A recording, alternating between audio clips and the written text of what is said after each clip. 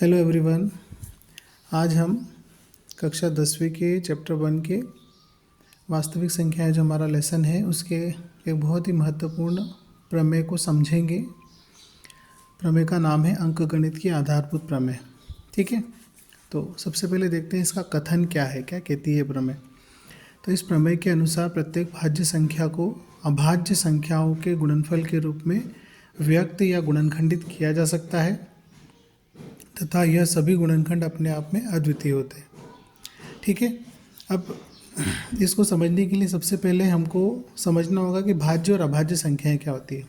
तो भाज्य संख्याएं वे सभी संख्याएं होती है जिनमें एक या स्वयं के अतिरिक्त किसी और संख्या का यदि भाग चला जाता है, मतलब उससे डिवाइड हो जाती है, विभाजित हो जाती है, वे सभी भाज्य संख्याएं होती है। उदाहरण के लिए जैसे 6 में 2 का भाग जाता है, 3 का जाता है। ठीक है, इसी प्रकार से 8, इसमें 2 का भाग जाता है, 4 का जाता है। ठीक है, ऐसे ही 9, 10, 12, ठीक है, और 14, इस तरीके से हम आगे बढ़ते जाएंगे। तो ये सभी कौन सी संख्याएं? भाज्य संख्याएं हैं। अभाज्य संख्याएं कौन सी होती है?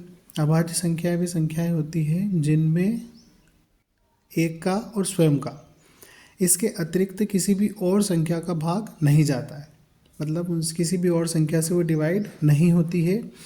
उदाहरण के लिए इसकी शुरुआत होती है 2 से। 2, 3, 5, 7, 11, 13, 17, 19, इस प्रकार से हम आगे बढ़ते जाएंगे। ऐसे 1 से 100 के बीच में आपको ऐसी 25 अभाज्य संख्याएं मिलती है। ठीक है, तो आप आगे बढ़ते जाएंगे, आपको मिलती जाएगी, आप देखते जाएंगे कि किस किस में स्वयं के और एक के अलावा किसी और संख्या का भाग नहीं जाता है। तो ये जितनी भी भाज्य संख्याएं होती है, यहाँ जो हमारा प्रमेय है वो क्या कह रहा है कि सभी भाज्य संख्याओं को हम अभाज्य संख्याओं के गुणनफल के रूप में लिख सकते हैं। ठीक है, तो इसको हम उदाहरण से समझते हैं। जो उदाहरण हमने यहाँ ऊपर लिखे हैं उन्हीं को देखते हैं। जैसे 6 है, तो 6 को हम 2 गुणा 3 लिख सकते हैं। ठीक है, 2 भी अभाज्य है और 3 भी अभाज्य है। यहाँ देख सकते हैं आप, 2 और 3 दोनों अभाज्य संख्या हैं। 6 एक भाज्य संख्या है, उसको हमने अभाज्य संख्याओं के गुणनफल के रूप में लिखा है। इसी प्रकार से अगर हम 8 को देखें तो 8 को हम 2 गुणा 2 गुणा 2 इस प्रकार से लिख सकते हैं।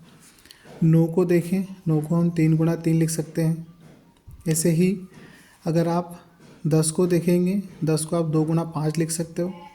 अब यह देखिए आप, 2 2 2 अभाज्य, 3 और 3 अभाज्य, 2 और 5 अभाज्य।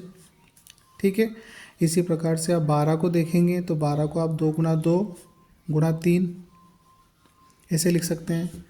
14 को आप 2 गुणा 7 लिख सकते हैं। तो देखिए, जितनी भी अभाज्य संख्याएं हमारी है उन सभी अभाज्य संख्याओं को हमने क्या कर दिया, जितनी भी भाज्य संख्याएं हैं उनको हमने अभाज्य संख्याओं के गुणनफल के रूप में लिख दिया है। ठीक है, तो आशा करता हूँ कि आपको ये जो प्रमेय हमारा है, कौन सा, अंकगणित के आधारभूत प्रमेय, जो कि चैप्टर 1 की वास्तविक संख्याएं जो हमारा लेसन है उसका प्रमेय है, उसको आपने समझ लिया होगा। ठीक है, एक बात और मैं कहना चाहूँगा कि एक प्रमेय और हम पढ़ते हैं, लेसन हमारा जो है 6, उसमें भी एक प्रमेय है जो थेल्स प्रमेय कहलाती है। उसका एक और नाम है आधारभूत अनुपातिकता प्रमेय। ठीक है, तो उसमें भी आधारभूत शब्द आता है और इसमें भी आधारभूत शब्द आता है। तो अक्सर क्या होता है, बच्चे कंफ्यूज होते हैं, तो हमको कंफ्यूज नहीं होना है। ये अंकगणित के आधारभूत प्रमेय है। इसमें जो हम हमारे अंक होती है, संख्याएं होती है, उनको ही हम क्या करते हैं, देखते हैं, लिखते हैं।